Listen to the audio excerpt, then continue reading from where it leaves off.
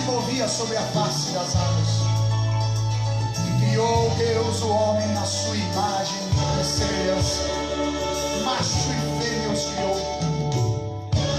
E as águas do dilúvio cobriram toda a terra, e toda alma vivente morreu, a não ser 8 pessoas que estavam dentro da arca do Senhor.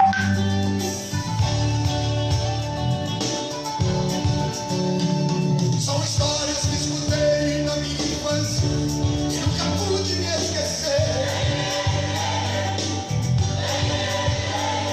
São histórias que mostravam que existia um grande Deus de poder. Eu cresci e pude ver que a minha vida estava dentro dessa história. São palavras de um Deus poderoso que garante a vitória. Palavra de Deus, palavra de Deus, palavra de Deus, palavra de Deus. E Deus libertou o povo da escravidão do Egito. Caminhavam rumo ao desconhecido, o mar na frente, o inimigo atrás. E Deus assoprou e o mar abriu. Rodearam Jericó por 7 dias. E no 7º dia os muros caíram. E a glória do Senhor encheu todo o templo. E os sacerdotes não puderam ficar em pé diante da presença de Deus. Eu notei que nos momentos mais difíceis Deus está sempre presente. Ele livra do inimigo e também mostra que é o Deus onipotente. Sua palavra tem promessas poderosas, tem espírito e tem vida. Só o tempo do Senhor, essa palavra me envolve, me domina. Palavra de Deus, palavra de Deus, palavra de Deus,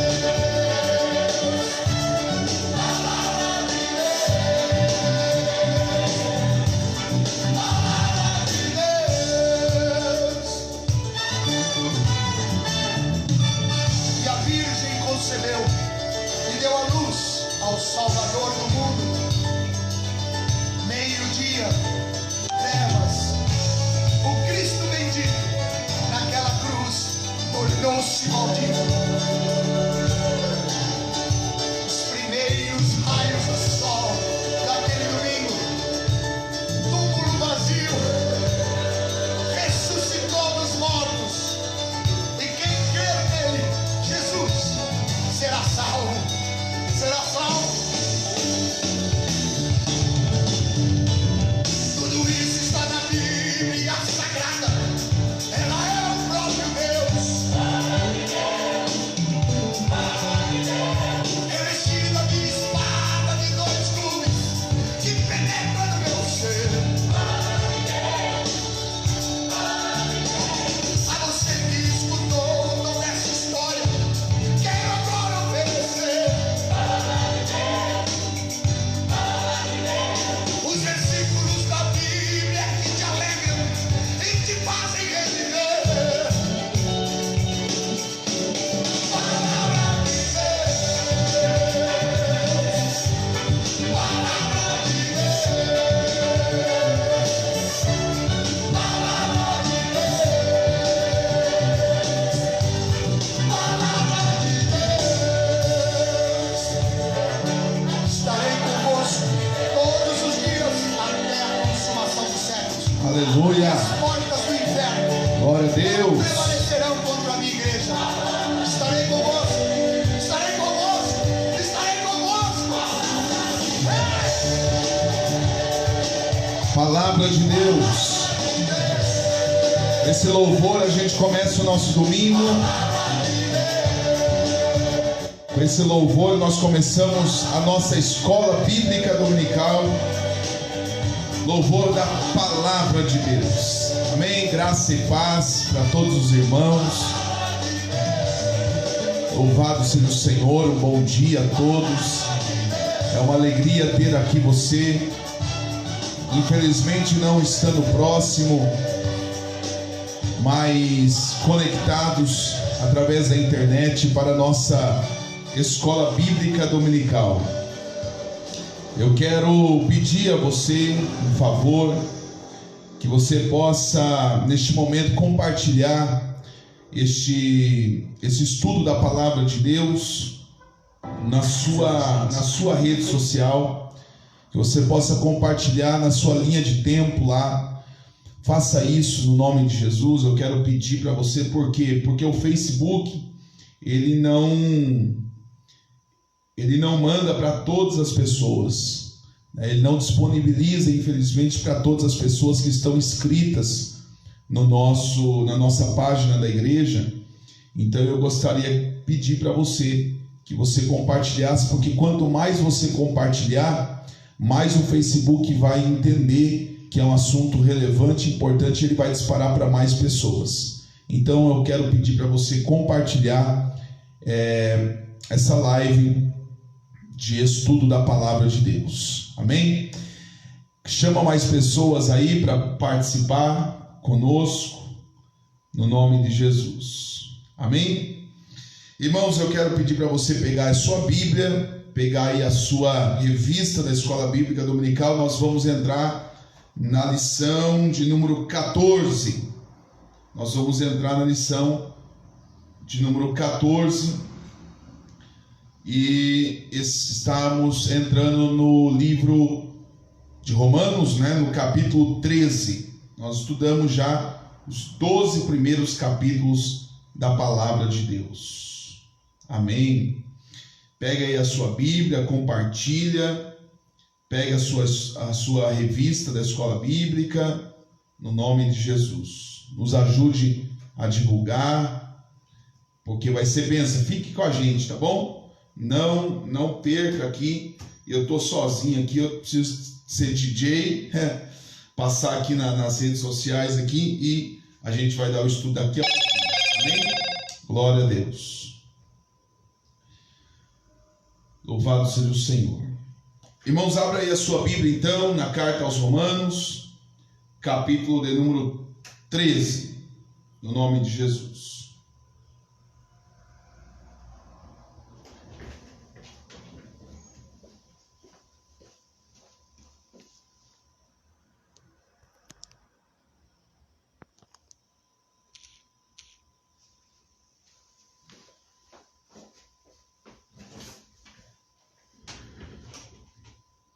Romanos capítulo 13,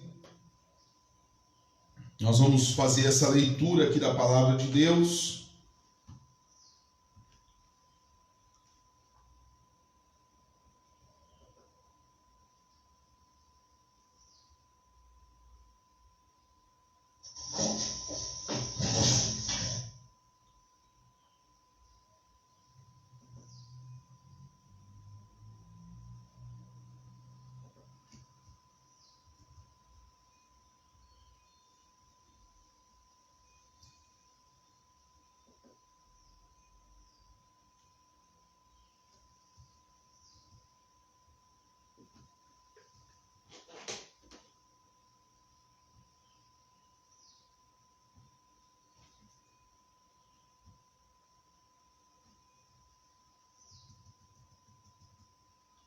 E você pode mandar também a sua pergunta aqui para a gente. Eu estou acabando de ver aqui as perguntas.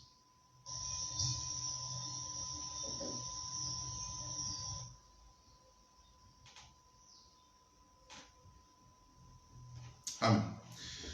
Romanos capítulo 13, irmãos, vamos começar a nossa escola bíblica dominical nesta manhã, em nome de Jesus. Vamos lá? Pega aí a sua Bíblia, pega o seu papel, a sua caneta. A gente está no canal do YouTube e estamos aqui no Facebook da igreja PIBP Nova Paulista. PIBP, Primeira Igreja Batista de Pederneiras, Nova Paulista. E nós estamos também no YouTube também, que é o mesmo nome, PIBP Nova Paulista, tá bom? No nome de Jesus. Compartilha essa live para todas as pessoas que puderem estar aí participando, chame mais pessoas também. Quanto mais compartilhamento, mais pessoas vão visualizar, vão ver e vão ser edificadas. Eu tive a alegria de estar quinta-feira, sexta e ontem, sábado, na casa de muitos irmãos, matando um pouco a saudade, revendo, visitando as pessoas, visitando os irmãos. Estive na casa de muitos irmãos da igreja, orando com eles, perguntando se está tudo bem, né? E eu vi ali uma dificuldade dos irmãos estarem encontrando as lives. Alguns irmãos falaram: pastor, eu não consigo encontrar, não consigo ver. Então, quanto mais pessoas compartilhar que está assistindo, pode ser que ajude nesse processo aí, para as pessoas também identificarem o vídeo e poderem participar, tá? A gente fez algumas lives de vigília. Sexta-feira a gente fez uma vigília de oração, meia-noite. Teve irmãos que disseram: eu não consegui encontrar, pastor, a live, e eu orei aqui em casa mesmo, não lhe vi, não participei da vigília, mas eu orei aqui em casa mesmo, tá? Então, assim, quanto mais pessoas compartilhar aí, vai ser melhor ainda, tá bom? Vamos lá? Romanos capítulo 13, no nome de Jesus. Submissão à autoridade. Toda alma esteja sujeita às autoridades superiores, porque não há autoridade que não venha de Deus, e as autoridades que há foram ordenadas por Deus. Por isso, quem resiste à autoridade, resiste à ordenação de Deus, e o que resistem trarão sobre si mesmos a condenação. Porque os magistrados não são terror para as boas obras, mas para as más. Queres tu, pois, não temer a autoridade? Faze o bem e terás louvor dela, porque ela é ministro de Deus para teu bem. Mas se fizeres o mal, teme, pois não traz debalde a espada, porque é ministro de Deus e vingador para castigar o que faz mal, quem faz o mal. Portanto, é necessário que lhes estejais sujeitos, não somente pelo castigo, mas também pela consciência.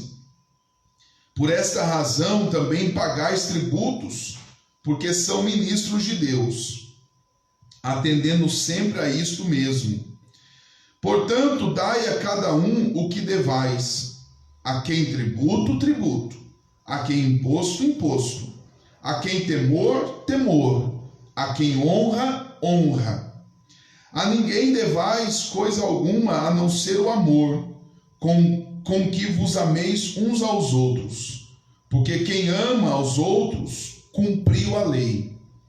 Com efeito, não adulterarás, não matarás, não furtarás, não farás falso testemunho, não cobiçarás, e se há algum outro mandamento, tudo nesta palavra se resume: amarás ao teu próximo como a ti mesmo.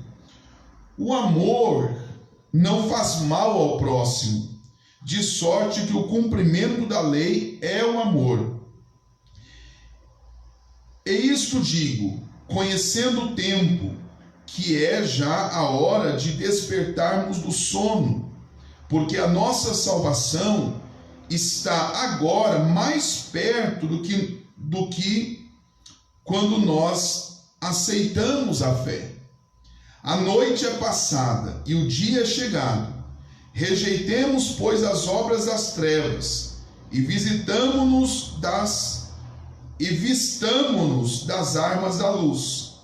Andemos honestamente, como de dia, não em glutonarias, nem em bebedeiras, nem em desonestidades, nem em dissoluções, nem em contendas, nem em inveja, mas revesti-vos do Senhor Jesus e não tenhais cuidado da carne em suas concupiscências. Amém?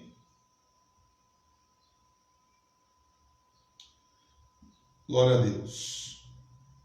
Vamos estar neste momento orando. Rejeitemos, pois, as obras das trevas Vamos estar aqui orando, pedindo a bênção de Deus. Meu Deus e meu Pai, no nome de Jesus, pedimos que o Senhor nos abençoe nesta manhã, que o Senhor abençoe todos os alunos, os irmãos que participam da escola bíblica dominical.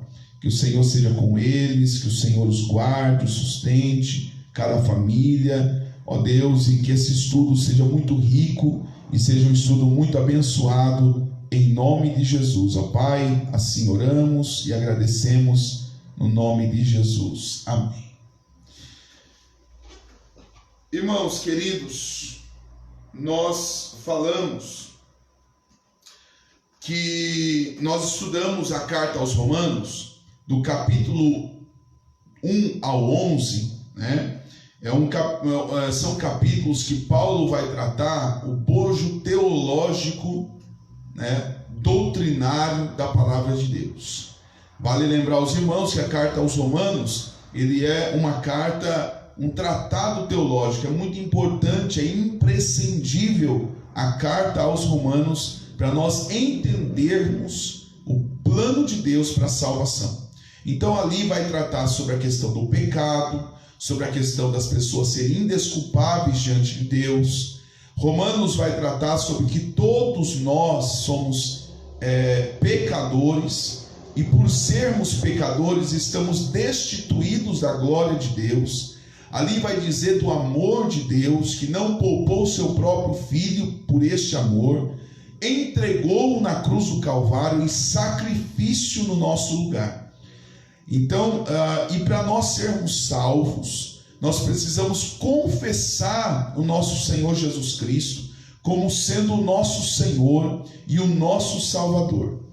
E se nós confessarmos esse Senhor Jesus, recebendo que Jesus Cristo pagou pelos nossos pecados, então nós seremos justificados pelo sangue do Senhor Jesus.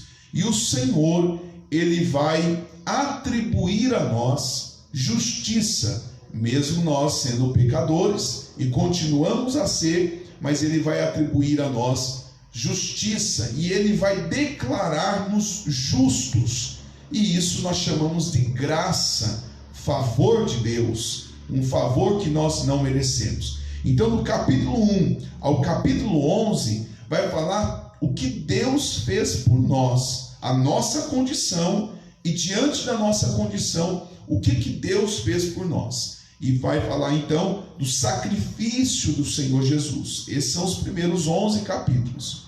O capítulo 12, ele vai começar a falar sobre a resposta desta pessoa que foi alcançada pela misericórdia de Deus. Uma vez que eu fui alcançado por essa misericórdia, uma vez que eu fui atingido por Deus, este amor me atingiu, então eu vou corresponder. Eu vou, agora, qual será a conduta deste que é pecador, mas regenerado e justificado?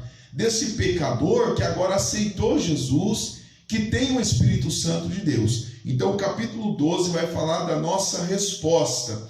O capítulo 12 vai falar da nossa conduta, qual é ou qual deve ser a nossa conduta, tá bom? E no capítulo 12 nós falamos sobre o relacionamento do cristão.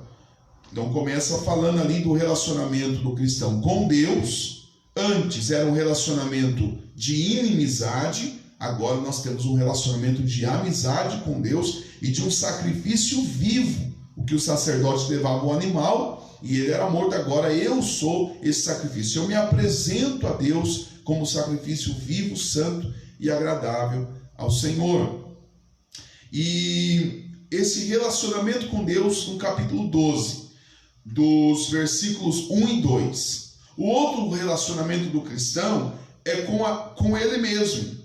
O relacionamento do cristão com ele mesmo está no capítulo 12, nos versos 3 a 8. O outro tipo de relacionamento que Paulo vai tratar aqui é do cristão com os irmãos da fé.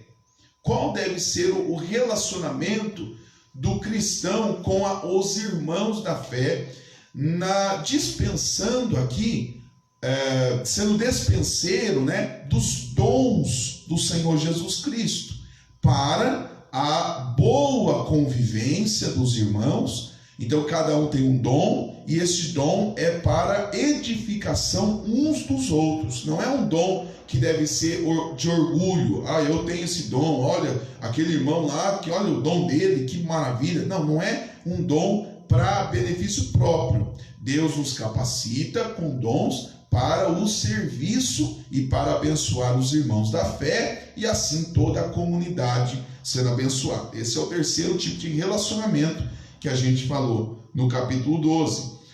E está nos versos 9 a 16 de Romanos 12. E o quarto relacionamento, então lá, primeiro, relacionamento com Deus. Segundo, relacionamento com a gente mesmo, conosco mesmo.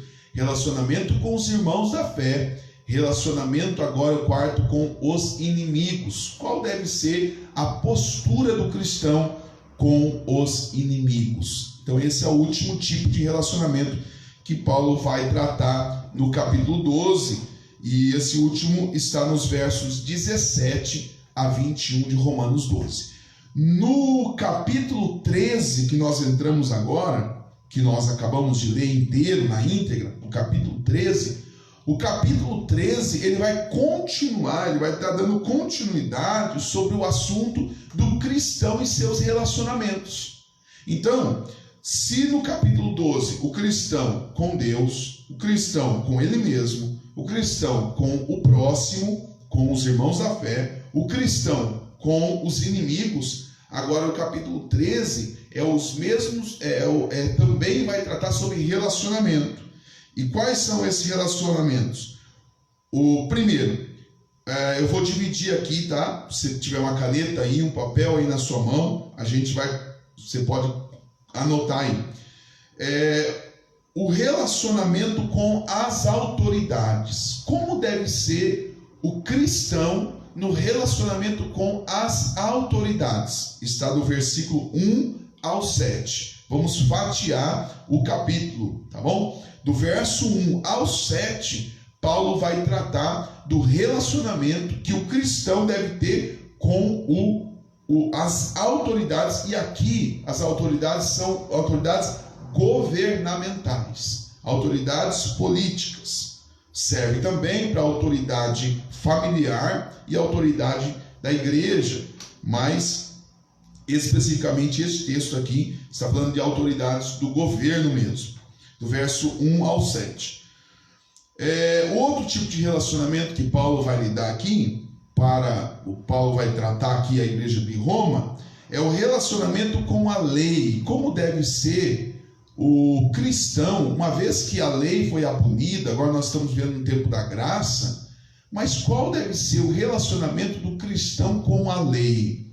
Então, primeiro, no capítulo 13, primeiro, relacionamento do cristão com as autoridades. Segundo, relacionamento do cristão com a lei. A lei não foi revogada, a lei não foi abolida, a lei não está agora no aspecto obsoleta, ela não passou, nós estamos vivendo no tempo da graça, mas qual deve ser a postura do cristão com a lei? Dos versos 8 ao 10. E por último, no capítulo 13, o relacionamento do cristão com o dia da volta de Jesus. Como que o cristão deve lidar com essa expectativa do dia da volta do Senhor Jesus? Amém? Se eu tivesse um quadro aqui, eu colocaria lá, primeiro, relacionamento, escreveria, relacionamento do cristão com as autoridades, verso 1 ao 7.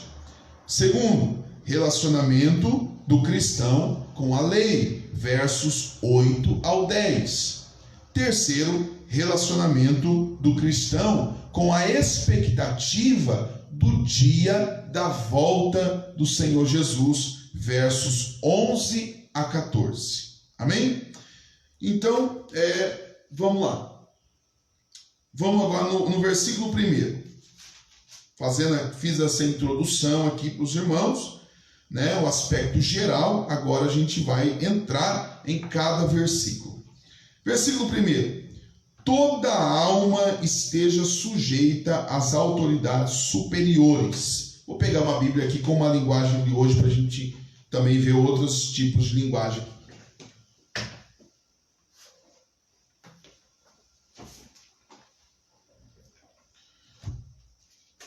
Romanos 13. Vamos aqui.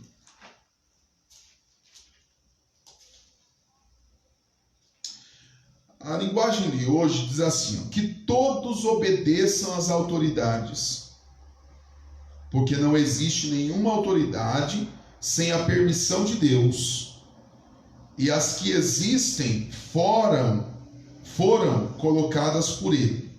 Primeiro, irmãos, há que se dizer aqui que Paulo vai dizer assim, toda alma, todo homem, todo ser humano, todas as pessoas estejam sujeitas, obedeçam às autoridades. Então não tem exceção, tá? É mulher, é homem, é rico, é pobre, é empresário, é patrão, é empregado, todos estejam sujeitos às autoridades. Então é importante que se diga aqui que todos nós, servos de Deus e não servos de Deus, quem crê em Deus, quem é ateu, não crê em Deus, todos os homens, toda alma, toda pessoa, todo ser humano deve estar sujeita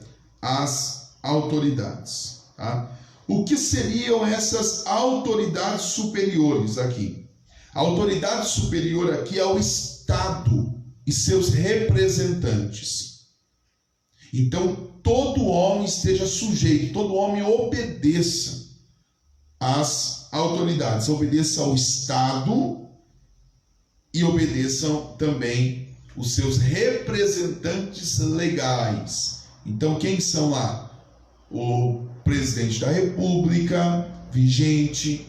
E aqui Paulo não está interessado aqui, irmãos. Paulo não está interessado aqui em partido político, não.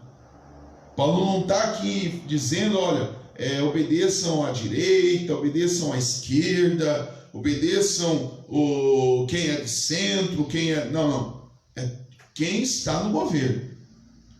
Devemos obediência. Tá? Isso que a Bíblia está dizendo aqui, no versículo 1. Vamos lá, eu sei que muita gente está borbulhando de perguntas e querendo questionamento quando envolve política, né? Mas vamos para a palavra aqui. Então, autoridades superiores é Estado e seus representantes legais. Deus é quem instituiu. Então, tem algumas instituições, irmãos, que foi o próprio Deus. Por exemplo, família. Família é intocável, porque família foi instituída por Deus. Foi Deus quem instituiu a família. Segundo, a igreja. Quem instituiu a igreja? Jesus. Deus instituiu a igreja. Terceiro, o governo humano. A Bíblia diz aqui, porque não há autoridade que não venha de Deus. Tá? E as autoridades que foram ordenadas por Deus, foram instituídas por Deus. Então o governo, de quem precede o governo? De quem procede? Quem é que procede o governo aqui? Pela palavra de Deus. Quem procede o governo é Deus. Deus é quem procede o governo. Não há autoridade que não seja constituída por Deus. Nossa, mas Deus que mandou aquele camarada, Deus mandou esse governo, Deus mandou essas pessoas. Então, Deus sabe de todas as coisas. Não há autoridade que não venha de Deus. Você lembra, irmãos, do diálogo de Jesus Cristo com Pilatos? Quando Pilatos diz assim, para Jesus, eu posso te mandar soltar ou te mandar matar. Você não teme isso? E aí Jesus olha para ele e diz assim: toda autoridade é dada por Deus. Você não teria essa autoridade se Deus não lhe desse essa autoridade. Então Jesus está ratificando que a autoridade ela é constituída por Deus. Deus é quem procede, né? Procede a autoridade. O governo procede de Deus. E nós então devemos o quê? Obedecer essas autoridades. Porque se nós não obedecermos às autoridades, nós não estaremos obedecendo o próprio Deus, porque foi o próprio Deus quem estabeleceu a autoridade. A gente vai chegar onde você está querendo pensar aí. A gente vai chegar aonde você está querendo perguntar aí. Mas se essa autoridade não tiver contra Deus, se essa autoridade falar contra Deus, o que a gente faz? Calma lá, a gente vai continuar aqui. Então, irmãos, o versículo 2, olha lá o que diz a palavra. Então, no versículo 1 é bom que se entenda. Todo homem, né, todas as pessoas, todo ser humano, deve então obedecer às autoridades, porque as autoridades foram constituídas por Deus. Versículo 2. Por isso, quem resiste à autoridade, resiste à ordenação de Deus. Não é a autoridade que você resiste. Você resiste à ordenação de Deus. Tá certo? Então, o pai e a mãe, a palavra de Deus fala que o pai e a mãe é uma autoridade. Obedeçam os seus pais, para que se prolongue os seus dias na terra. Honrem os seus pais, para que se prolongue os seus dias na terra. Então, o que é isso? Se nós não obedecemos os pais, não é os pais que nós não estamos obedecendo. É a autoridade que foi constituída por Deus. Nós não estaremos obedecendo a própria vontade de Deus. Então, quando não se resiste, quem resiste à autoridade, quem não obedece à autoridade, está resistindo à ordenação de Deus. E os que resistem trarão sobre si mesmos a condenação. Lógico, se Deus que instituiu a condenação, a autoridade, quem não obedece à autoridade estará trazendo condenação para si mesmo. Isso é sério, né? Existe a autoridade permissiva ou não? O irmão Toninho está perguntando aqui. A gente vai falar um pouco sobre isso aqui. Toda autoridade é instituída por Deus. Isso a gente precisa deixar muito bem claro aqui. Deus permite essas autoridades e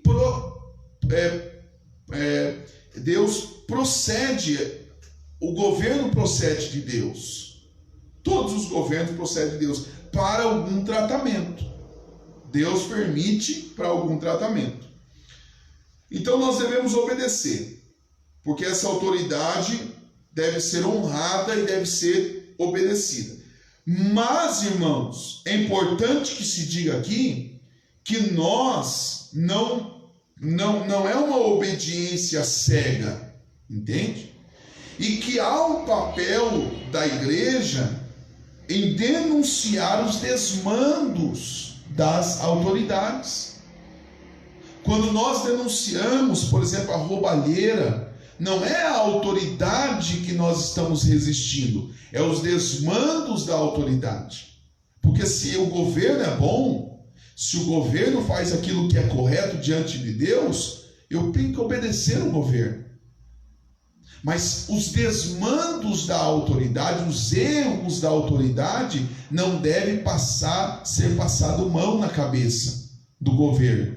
Mas a igreja possui um papel profético de denunciar os desmandos da autoridade. Não é uma obediência cega. Leia, por exemplo, os livros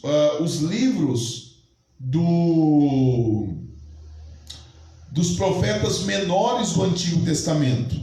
Todos eles denunciaram as autoridades corruptas. Todos eles denunciaram os impostos elevadíssimos que traziam sobrepeso ao povo. E os profetas se colocaram a denunciar as autoridades diante disso. Então, quando eu denuncio os desmandos da autoridade, eu denuncio os erros da autoridade, eu não estou resistindo à autoridade. Eu estou dizendo à autoridade: se reposicione no teu lugar. Porque Deus te ordenou para fazer o bem às pessoas e não o mal. Então eu estou denunciando, num papel profético da igreja, os desmandos da autoridade. Então eu não preciso obedecer cegamente. Veja, irmãos, o que aconteceu com aqueles 3 meninos, Sadraque, Mesaque e Abednego? Lá no livro de Daniel. Nabucodonosor era uma autoridade, e que ele colocou lá: olha, a estátua está aqui, todos devem se prostrar diante da estátua. Os 3 meninos não obedeceram. Por quê? Porque importa obedecer a Deus. Deus está acima. Então importa obedecer a Deus, honrar a Deus. Eles poderiam dar alguma desculpa: olha, são autoridades, ele é uma autoridade, Deus manda eu obedecer a autoridade, então eu vou obedecer a autoridade. Mas importa obedecer a Deus. Outro exemplo aqui que eu dou para vocês é Daniel. Quando Daniel é proibido de orar, Daniel foi proibido de orar, e o que ele fez? Abriu a janela e mostrou para todo mundo que ele orava ao Deus de Israel. Ou seja, ele desobedeceu uma autoridade, mas foi um papel profético de denunciar os desmandos daquela autoridade. Ele não estava resistindo à autoridade, mas estava denunciando os desmandos de uma autoridade que é insubmissa a Deus. A autoridade deve ser também submissa a Deus. Então, um outro exemplo que eu dou é João Batista, quando ele repreende Herodes Antipas. Herodes Antipas era uma autoridade, e João Batista vem e lhe repreende. E diz: ó, mulher, você está tal. Ele repreende o Herodes Antipas. Então nós, como cidadãos, nós precisamos entender que nós somos cidadãos de 2 mundos. De 2 mundos. Nós somos cidadão celestial, nós estamos aqui de passagem. O capítulo do 1 ao 12 vai dizer sobre isso, que o céu nos aguarda, que nós somos cidadãos dos céus, que nós estamos em Efésios, se não me engano, acho que é Efésios, que nós estamos assentados nas regiões celestiais em Cristo Jesus. Então nós somos cidadãos do céu, mas nós também somos cidadãos da terra. E como cidadãos da terra devemos obedecer às autoridades, mas não cegamente, e também profetizar contra os erros, os crimes, os desmandos de uma autoridade insubmissa a Deus. Como fizeram os profetas menores, Amós, Ageu, Sofonias, Malaquias, Abacuque, tantos outros profetas menores da Bíblia que profetizaram contra os reis, que profetizaram contra Elias, profetizou contra o rei Acabe e Jezabel. Então nós também, como cidadãos dos céus, devemos não só orar, né? Não só orar, devemos sim orar pelas autoridades, mas também exercer. A igreja precisa exercer um papel profético, a exemplo dos profetas menores, a exemplo dos 3 meninos que não cumpriram o decreto feito por Nabucodonosor, a exemplo de Daniel, a exemplo de João Batista, que foi e opôs a Herodes Antipas, e a exemplo também, eu coloco aqui, as parteiras hebreias.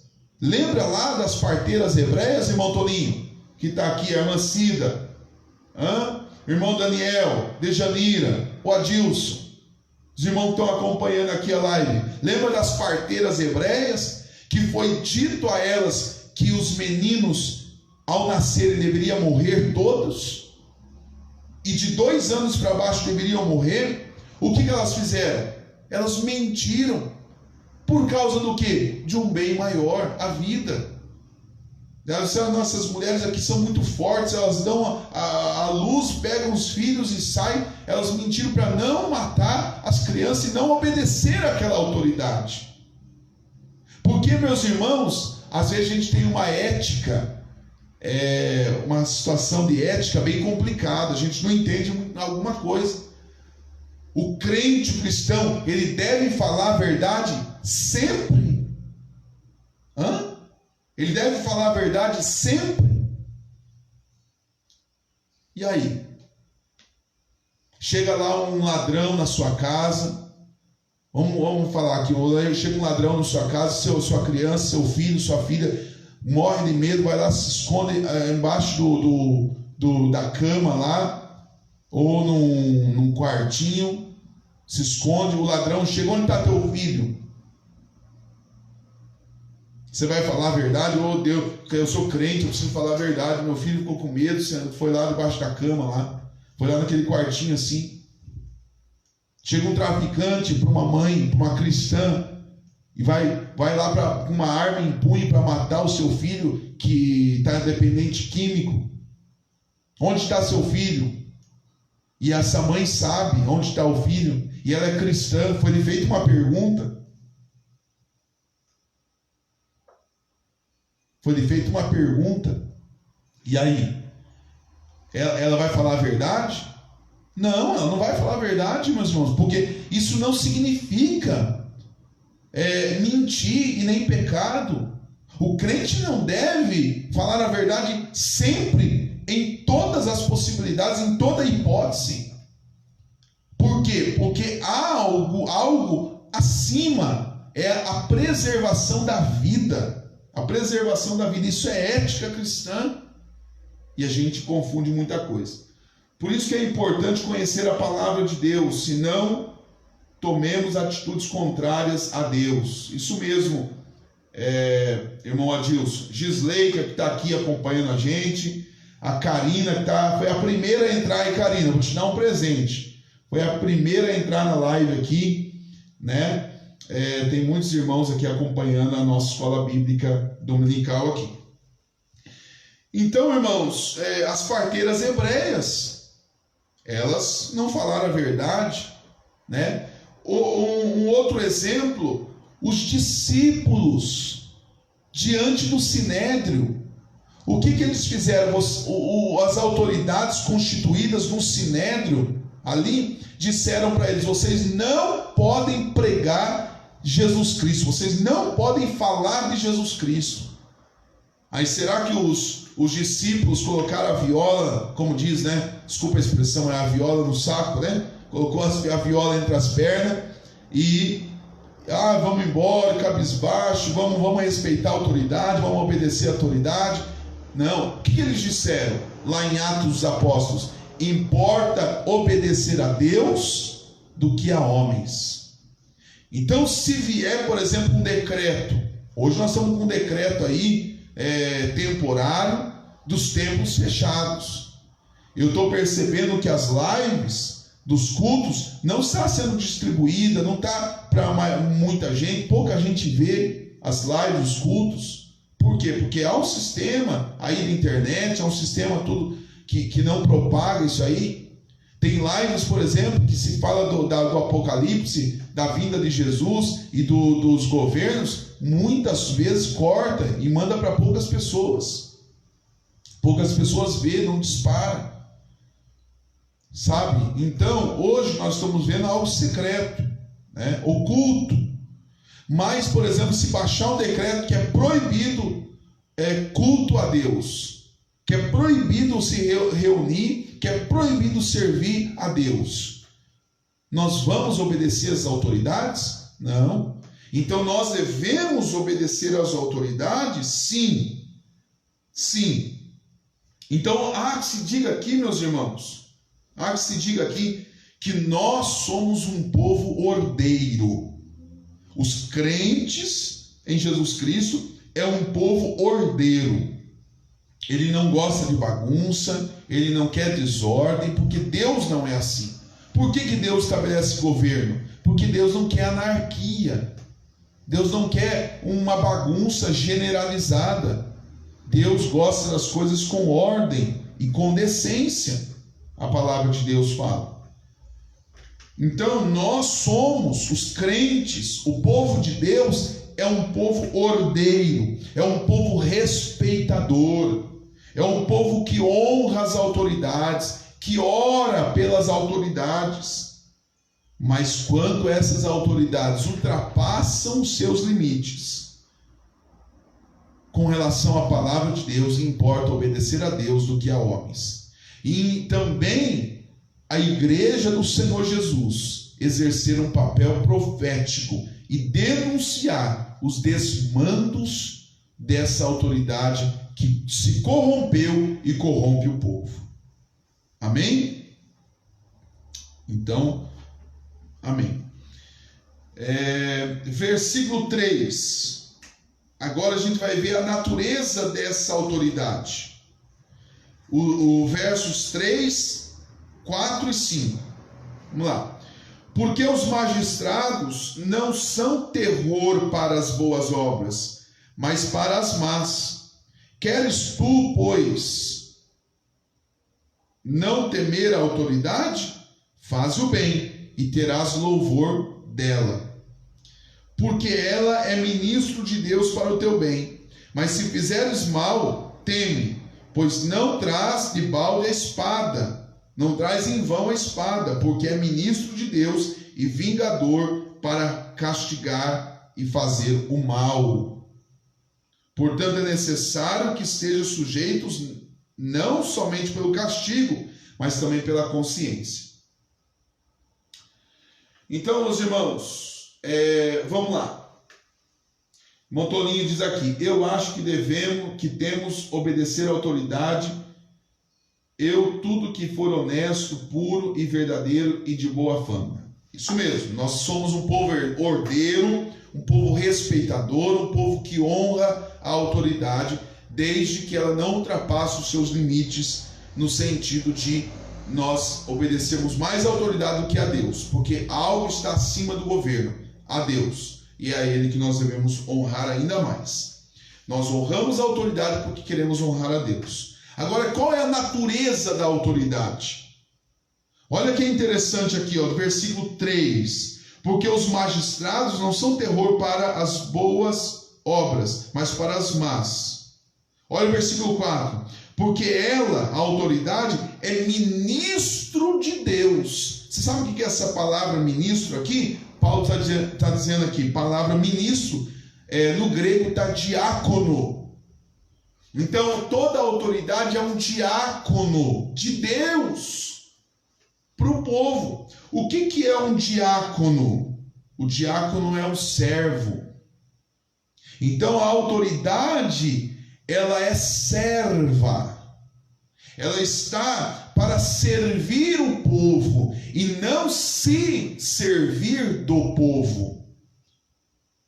Se as autoridades, presidente, senadores, deputados federais, deputados estaduais, juízes do STF, do Poder Judiciário, vereadores, prefeitos, policiais, bombeiros, juízes, se as pessoas soubessem, tivessem esse entendimento, se eles entendessem de que a autoridade que recai sobre eles é para servir o povo, e não se locupletar do povo, não roubar o povo, não se servir do povo, mas para abençoar o povo.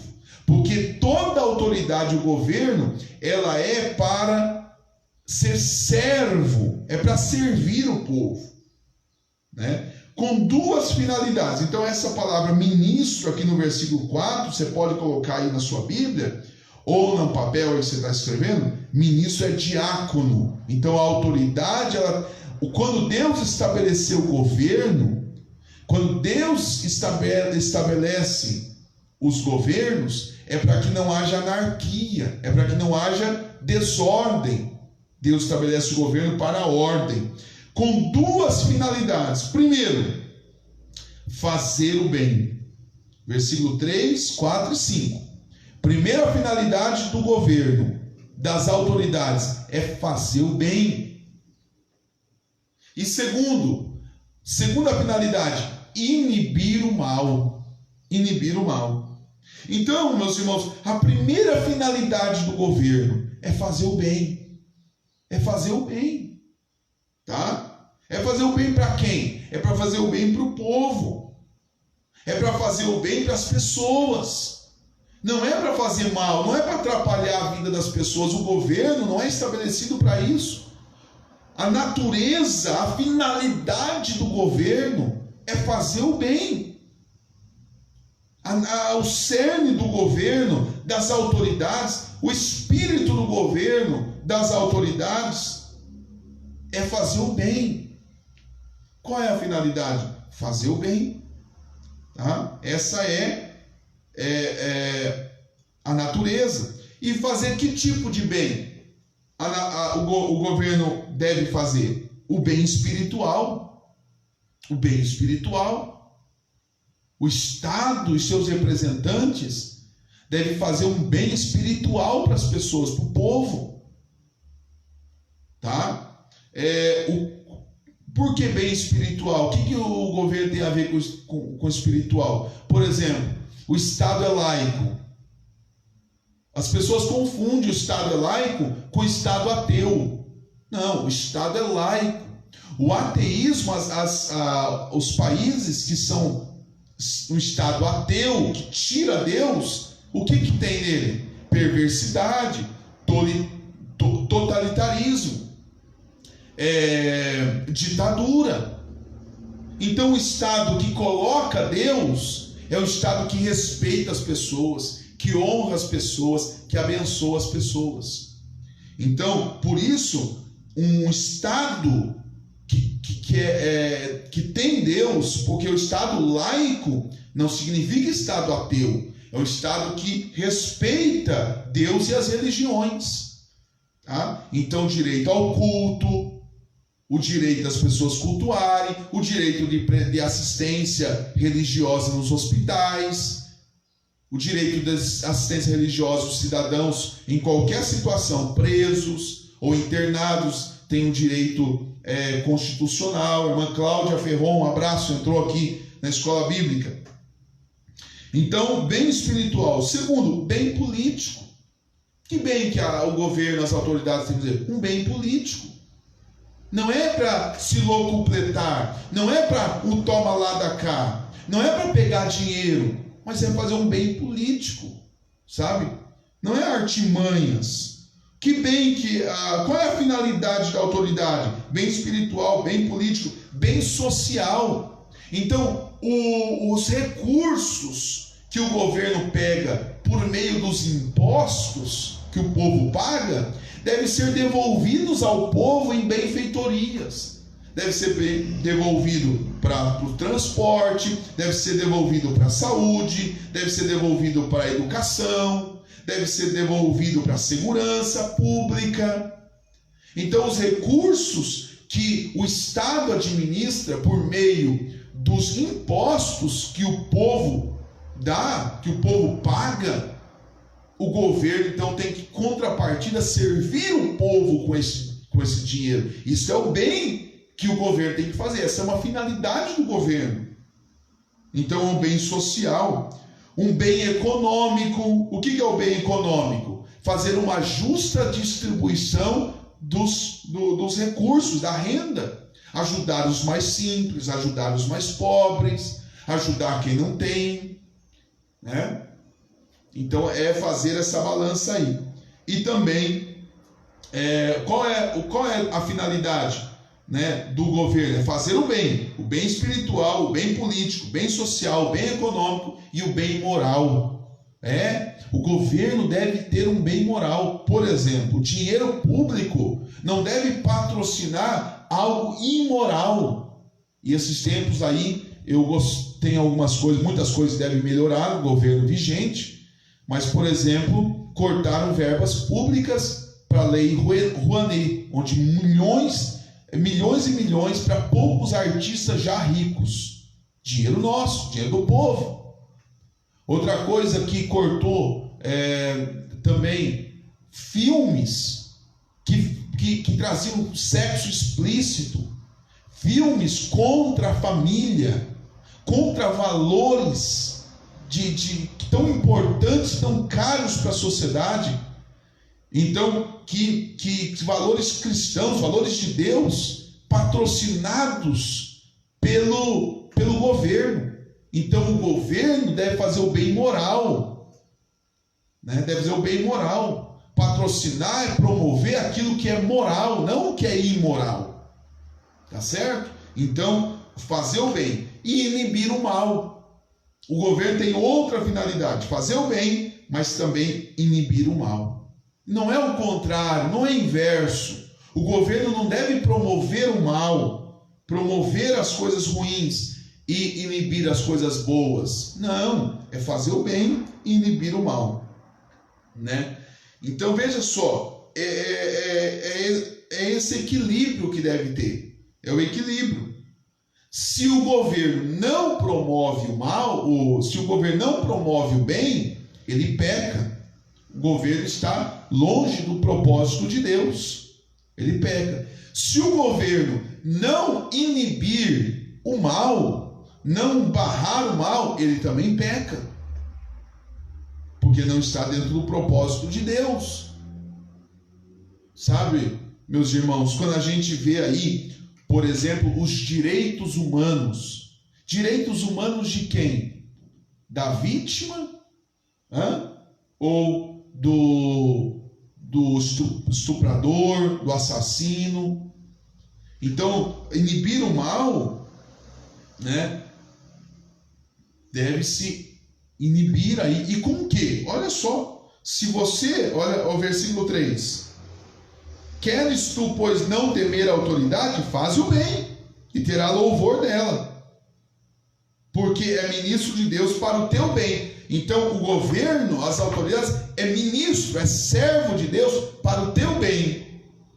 Mas se fizer mal, aí você teme, tenha medo, pois não traz de balde a espada, não traz em vão. E aqui, meus irmãos, olha que interessante, no capítulo 12, quando a gente fala sobre os nossos inimigos, no relacionamento com os nossos inimigos, ali está dizendo para nós que Deus proíbe nós se vingarmos. Pelo contrário, devemos abençoar, devemos orar pelos nossos inimigos, devemos fazer o bem.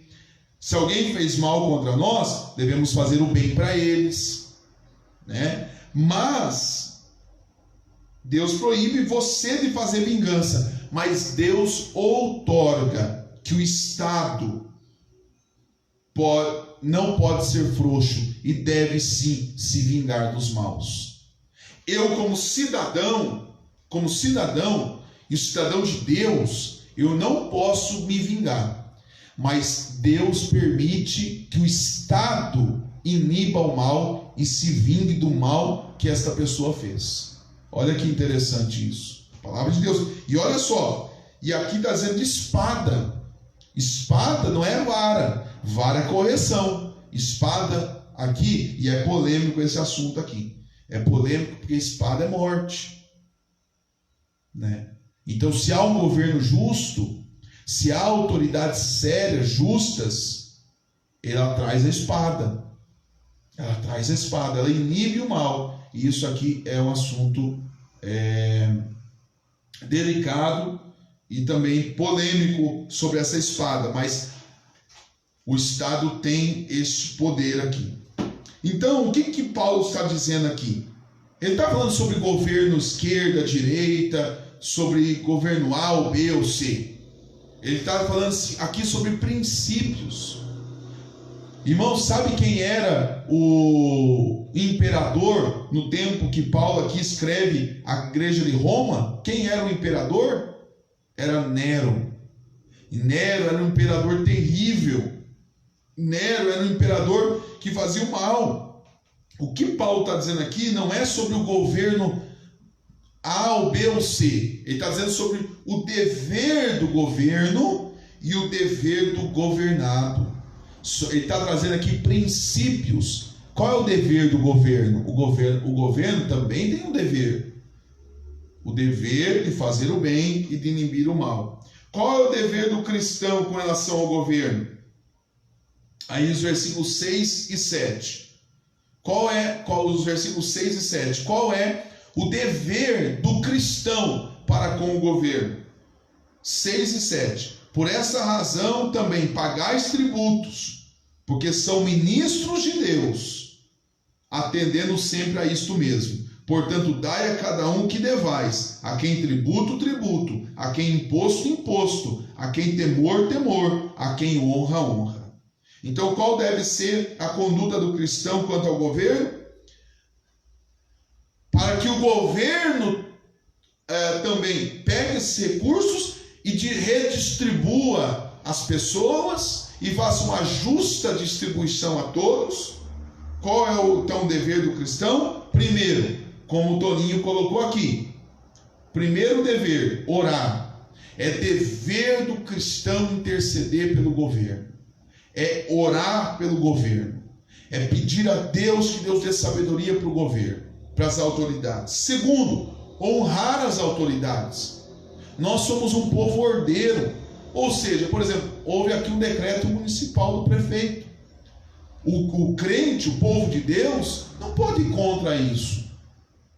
Porque deve ter uma ordem, a gente tem que respeitar, a gente tem que honrar. Nós somos um povo que não dá trabalho, não deve dar trabalho. Deve ser amigo, deve ser auxiliar, deve ser de ajudar o governo. E orando, honrando, mas também é dever da igreja. Terceiro, primeiro orar. Segundo, honrar. Terceiro, confrontar o governo quando o governo está nos seus desmandos, usando de um autoritarismo. Então a igreja deve confrontar isso com uma voz profética. Olha, governo, se reposicione. Olha, governo, você está fazendo errado. Olha, governo, você está fora do propósito que Deus estabeleceu você. Sabe? Então é dever dos servos de Deus orar, honrar e confrontar. Então, a quem tributo, tributo. A quem honra, honra. A quem imposto, imposto. E assim nós devemos fazer. Você está honrando? Temos que honrar. Agora, meus irmãos, esse é o relacionamento com as autoridades. O versículo 8 a 10 é o relacionamento com a lei. Alguém tem mais alguma pergunta? Vai falando aqui, vai mandando. Comenta aí, irmãos. Terezinha está aqui com a gente. Vamos ver quem está aqui. A Francine. Vamos ver. Ricardo Colacite está aqui com a gente. O Paulinho, a Cris. O Adilson. A Gisele. Deus abençoe. Daniel, Maiarinha. Deus abençoe. Está aqui também. Cida, como sempre, glória a Deus. Terezinha, Francine, Sara. Deus abençoe, irmã Sara. Conseguiu aí achar. César, bom dia, paz do Senhor, irmão César. Toninho, Dejanira, Cláudio, irmão Lázaro. o Vitor, a Márcia, Deus abençoe a Márcia lá de Jaú, Terezinha, Roberta, pastor Evandro Afonso acompanhou a gente aqui também, Deus abençoe, Gisleica, a irmã Cláudia, que bênção vocês estão participando aqui da Escola Bíblica Dominical nesta manhã.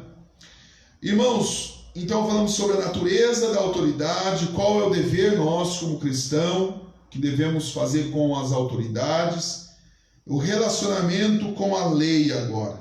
Versículo 8: a ninguém devais coisa alguma, a não ser o amor com que vos ameis uns aos outros, porque quem ama aos outros cumpriu a lei. Então, nós não podemos dever nada a ninguém, irmãos. Então, sabe o que é isso aqui? Em outras palavras aqui, ó, que Paulo está dizendo assim, ó, o crente não pode ser caloteiro. O crente não pode ser mal pagador. O crente não pode ser mal pagador. O crente não pode ser caloteiro. Passar cheque sem fundo. Sabendo que não tem fundo, passa o cheque. Fazendo um compromisso que sabe que não vai pagar. O crente não pode ser caloteiro. Ele não pode dever nada a ninguém. Se você está passando um problema, tem gente que deu um monte de curtida aí agora. Quem foi que deu curtida aí? Tem gente que gostou. Então, o crente não pode, irmão. Se você está passando por uma dificuldade, já foi conversar? Você já foi conversar? Ó, estou passando por uma dificuldade, não estou conseguindo pagar. Vai conversar. Ó, mas quando eu conseguir, eu vou acertar. O crente não pode ser caloteiro. Não devais nada a ninguém. Isso que Paulo está dizendo aqui. Agora, tem uma coisa que eu sempre serei devedor. Qual é? O amor. Então não existe isso aqui, ó. O que isso aqui quer dizer? Olha, eu já te ajudei muito. Já te ajudei demais, não vou mais te ajudar. A tua cota já se esgotou. Eu já te ajudei, já te abençoei, já fiz muita coisa por você. Você joga em rosto, joga na cara, você fala, né, que você fez o bem. Não. O crente não pode,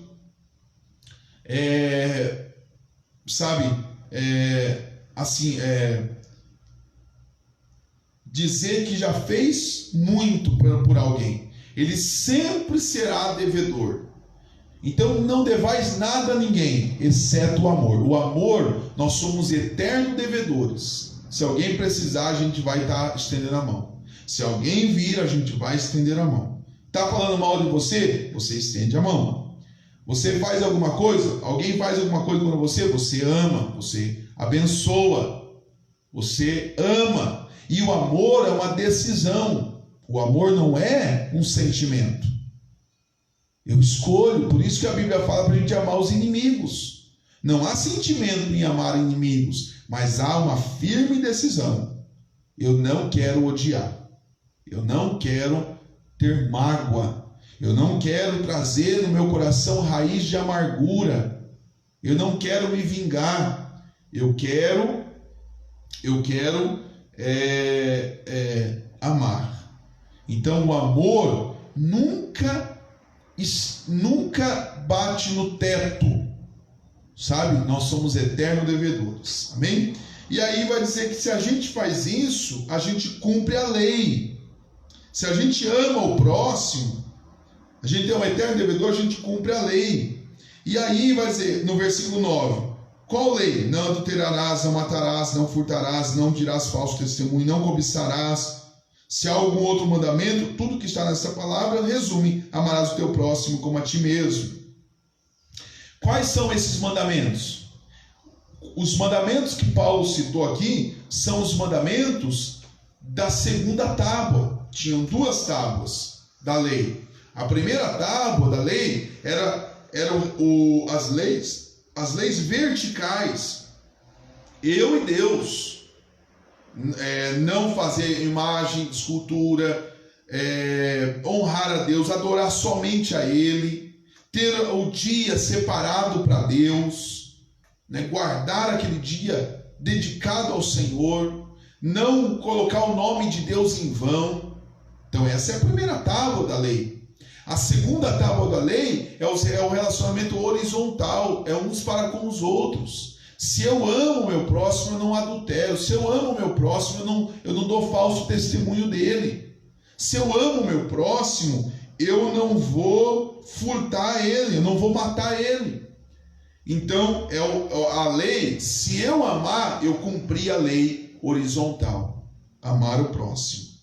Então, versículo 10. O amor não faz mal ao próximo, de sorte que o cumprimento da lei é amor. Então, o versículo 10 aqui, por mais difícil que seja, irmãos, só o Espírito Santo não deixa alojar o mal no teu coração. Não deixa, sabe? Mas nós, não é que as pessoas vão fazer caca na nossa cabeça, vamos dizer assim, a gente não vai falar nada. A gente tem que amar, a pessoa está pisando em você, a pessoa está te maltratando, a pessoa está lá fazendo coisas terríveis contra a tua família, alguma coisa, você não, tudo paz e amor. Não é isso. Não é um crente passivo. Você deve se posicionar com a relação àquele que te faz o mal, mas não deixa que a ira, a amargura, a mágoa entre no teu coração, mas escolha amar. Sabe, irmãos? Amém? É assim que a palavra de Deus nos ensina aqui no versículo 10. Tá bom? E aí, para encerrar, o versículo 11, que a gente já vai encerrar, os versículos 11 a 14, fala sobre o relacionamento do cristão na expectativa da vinda de Jesus. Versículo 11. E isto digo, conhecendo o tempo, que é já a hora de despertarmos do sono. Então os crentes, vamos despertar do sono, irmãos. O que é o sono aqui? O sono é a apatia espiritual. O sono é um estado de inércia espiritual. É um estado de tanto faz como tanto fez. É viver como que o dia do Senhor nunca chegasse. Vamos despertar desse sono.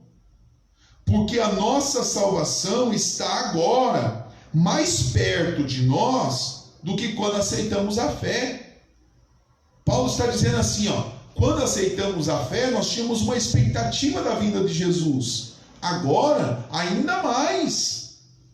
Porque passou o tempo, perto está o Senhor, vamos despertar do sono. Então nós precisamos despertar do sono.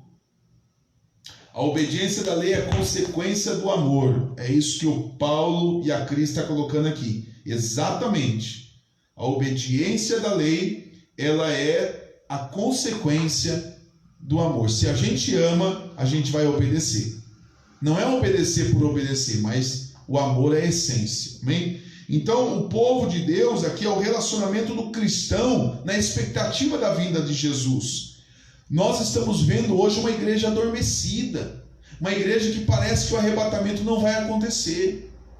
Parece que tanto faz como tanto fez. Se der para vir na igreja, vem, se não der, não vem. As pessoas não têm manutenção da fé, elas não oram mais, elas não buscam mais a Deus, elas não vigiam. Então, Paulo está chamando a atenção que o crente deve sempre ter uma expectativa, uma esperança da vinda de Jesus, porque ele está mais perto do que no dia que nós aceitamos a fé. Desperta do sono. Versículo 12. A noite é passada, o dia é chegado. Rejeitemos, pois, as obras das trevas e vistamo-nos das armas da luz. Então, como Jesus está voltando, está perto a vinda de Jesus, vamos despertar do sono, vamos rejeitar as obras da carne, as obras das trevas, e vamos nos vestir, irmãos, das armas da luz. Eu vou ler aqui numa outra tradução aqui, no versículo 12. A noite está terminando, o dia vem chegando. Por isso, paremos de fazer o que pertence à escuridão e peguemos as armas para lutar na luz. A noite acabou e tem gente que está vivendo no dia, vivendo as coisas da noite. Então, ele está fazendo aqui uma comparação, ele está fazendo uma analogia aqui, ó. Ele está fazendo uma analogia, né? Então, como a noite acabou, Jesus está vindo, vamos parar de fazer as coisas das trevas, vamos parar de fazer as coisas da escravidão, vamos nos vestir de coisas da luz, que é o dia. O dia está chegando. Versículo 13: andemos honestamente, como de dia. Não. Então, assim, o que é andar como de dia? Sem sombras. Tem gente que fala assim: não pode vender carro à noite, não vai comprar carro à noite, né? Por quê? Porque, como diz lá, todo o ditado, que me ajuda aí, todo gato à noite é pardo, alguma coisa nesse sentido, né? Então, assim, o que é andar à noite? É andar com as sombras, a falsidade. Deus não quer isso. Deus não quer isso. Deus quer que a gente ande honestamente, que é o culto racional do capítulo 12, versículo 1 e 2, que a gente leu, que é o nosso culto racional, que é um culto coerente com a nossa vida, né? Não sendo uma pessoa na igreja, uma pessoa fora. Então, ande honestamente como de dia, não em glutonarias, nem em bebedeiras, nem em desonestidade, nem em dissoluções, e nem em contendas, e nem em inveja. Então isso são obras da carne. Isso são obras, a noite é passada, rejeitemos as obras das trevas e vistamos das armaduras da luz. Isso mesmo. Versículo 12, irmão Toninho. Versículo 12. Então nós precisamos andar honestamente como cristãos, sabendo que a nossa salvação está perto, sabendo na expectativa de que a vinda de Jesus está mais perto ainda do que quando aceitamos a fé. Talvez há pessoas aqui que me escutam que aceitaram a fé há 30 anos atrás, há 40 anos atrás, há 50 anos atrás. Jesus está mais perto agora. Há pessoas aqui que talvez aceitaram Jesus mês passado. Quero te dizer que a vinda de Jesus está mais perto agora do que no mês passado. Nós estamos perto, os sinais estão aí. Vamos então andar honestamente. E aí o versículo 14, ele encerra o capítulo 13. Mas revestivos do Senhor Jesus, e não tenhais cuidado da carne em suas concupiscências. Outra tradução aqui: mas peguem as armas do Senhor Jesus Cristo, e não pensem, essa tradução eu gosto, não pensem em satisfazer os desejos pecaminosos da natureza humana. Deixa a tua natureza humana morrer. Não dê comida, é isso que Paulo está dizendo aqui. Não alimenta a tua natureza humana. À noite todo gato é pardo. É isso mesmo, Cida. À noite todo gato é pardo. Deixa a noite antes do dia, honestamente, sabendo que Jesus está vindo. E aí, não alimente a tua carne, não dê comida, não dê ração diária para a carne, mata ela. Mas não mata aos poucos, não, afoga ela, mata de vez. Tem gente que tem cuidado com a carne, cuida da carne, cuida da concupiscência, dos desejos pecaminosos. Não, nós devemos como cristão, nos revestirmos de Jesus e matar a nossa carne. O que é a carne aqui? Desejos pecaminosos. É a nossa natureza da carne. Não é matar o corpo. A gente vai lá se matar, se suicidar. Não é isso. Versículo 14. É matar os desejos. E é aqui, ó. não alimenta isso, Jesus está vindo. Amém? Glória a Deus. Então, encerramos aqui o capítulo 13. O capítulo 13 da carta aos Romanos. Então, o capítulo 12, ele vai falar sobre 4 tipos de relacionamento. Relacionamento do cristão com Deus, do cristão com ele mesmo, do cristão com os irmãos da fé, do cristão com os inimigos. Capítulo 13, do cristão com as autoridades constituídas, que foram constituídas por Deus. Devemos orar, honrar e também protestar, né? O relacionamento do cristão com a lei, que é amar o próximo, fazer o bem para o próximo, não dever nada a ninguém, exceto o amor. O amor a gente é sempre devedor, né? E também o relacionamento do cristão com o dia da vinda de Jesus. A igreja sempre tem que ter esse relacionamento, a expectativa da vinda do Senhor Jesus Cristo. Amém, irmãos? Semana que vem, domingo que vem, nós vamos começar o capítulo 14 e vai falar sobre a tolerância com os irmãos que são fracos na fé. Os mais fortes devem tolerar os mais fracos na fé. Vai falar também sobre a liberdade e o amor, sobre se nós temos a fé, se nós temos o amor, o capítulo 14. Glória a Deus.